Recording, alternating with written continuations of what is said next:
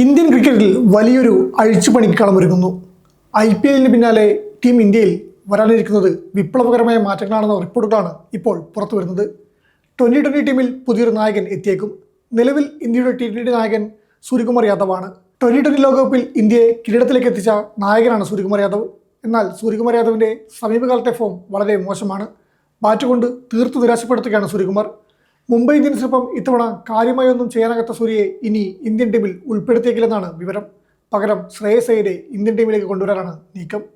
Shreyas Iyer IPL Kolkata night റൈഡേഴ്സിനെ കപ്പടിപ്പിച്ച ക്യാപ്റ്റനാണ്. നിലവിൽ പഞ്ചാബ് കിങ്സിൻ്റെ നായകനാണ് ശ്രേയസ്.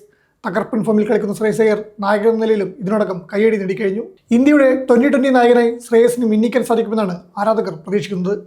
പരിശീലകൻ ഗൗതം ഗംഭീറിനൊപ്പം KKRൽ പ്രവർത്തിച്ചിട്ടുള്ള ശ്രേയസ് അയ്യർ ഇന്ത്യൻ ടീമിലേക്ക് എത്തിയാൽ വീണ്ടും ഈ കൂട്ടുകെട്ട് കരുത്ത് കട്ടുമെന്നാണ് എല്ലാവരും പ്രതീക്ഷിക്കുന്നത്.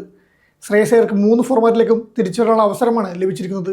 എന്നാൽ സൂര്യകുമാർ യാദവിന് നിലവിലെ ഫോമിൽ ടീമിൽ നിന്ന് വഴിമാറി കൊടുക്കേണ്ടതായി വന്നേക്കും.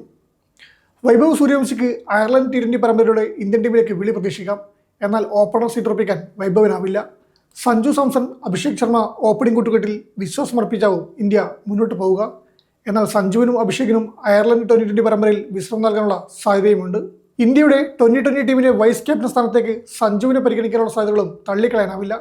ബാറ്റ്സ്മാൻ എന്ന നിലയിൽ സഞ്ജു ടീമിൻ്റെ വിശ്വസ്തനായി മാറിയിരിക്കുകയാണ്. 2020 ലോകകപ്പിൽ ഇന്ത്യയെ കിരീടത്തിലേക്ക് എത്തിക്കുന്നതിൽ നിർണായക പങ്ക് വഹിക്കാൻ സഞ്ജു സാംസണ് സാധിച്ചിരുന്നു. ഇപ്പോൾ ചെന്നൈ സൂപ്പർ കിങ്സിനൊപ്പവും സഞ്ജു കിടിലൻ പ്രകടനം പുറത്തെടുക്കുകയാണ്. 2 സെഞ്ചുറിയും 1 അർദ്ധ സെഞ്ചുറിയും ഉൾപ്പെടെ CSKയ്ക്കായി സഞ്ജു കസറുകയാണ്. സമീപകാലത്തെ ഈ പ്രകടനങ്ങളെല്ലാം വിലയിരുത്തി സഞ്ജുവിനെ വൈസ് ക്യാപ്റ്റൻ സ്ഥാനത്തേക്ക് കൊണ്ടുവരാൻ സാധ്യതകളുണ്ട്. പരിശീലകൻ ഗൗതം ഗംഭീറിന് സഞ്ജുവിന് വലിയ പിന്തുണയാണ് നൽകുന്നത്.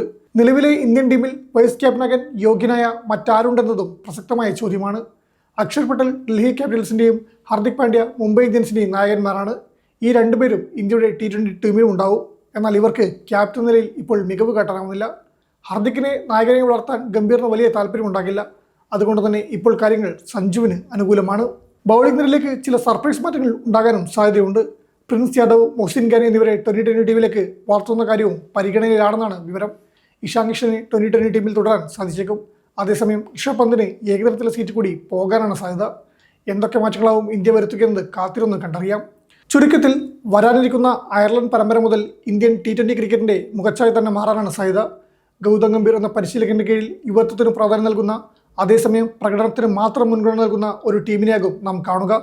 ശ്രേയസ് അയ്യരുടെ നായകനായുള്ള തിരിച്ചുവരവും സഞ്ജു സാംസൺ ലഭിക്കാൻ പോകുന്ന പുതിയ ഉത്തരവാദിത്തങ്ങളും ഇന്ത്യൻ ക്രിക്കറ്റിനെ മറ്റൊരു തലത്തിലേക്ക് എത്തിക്കുമെന്നാണ് തന്നെ നമുക്ക് പ്രതീക്ഷിക്കാം. ഫോമില്ലാത്ത താരങ്ങളെ മാറ്റി നിർത്തി മികച്ച പ്രകടനം നടത്തുന്നവർക്ക് അവസരം നൽകുന്ന ഈ പുതിയ നയം ഇന്ത്യൻ ടീമിനെ കൂടുതൽ കരുത്തുറ്റവാക്കുമോ, അതോ നായകസ്ഥാനത്തെ ഈ മാറ്റങ്ങൾ ടീമിൻ്റെ താളം തെറ്റിക്കുമോ?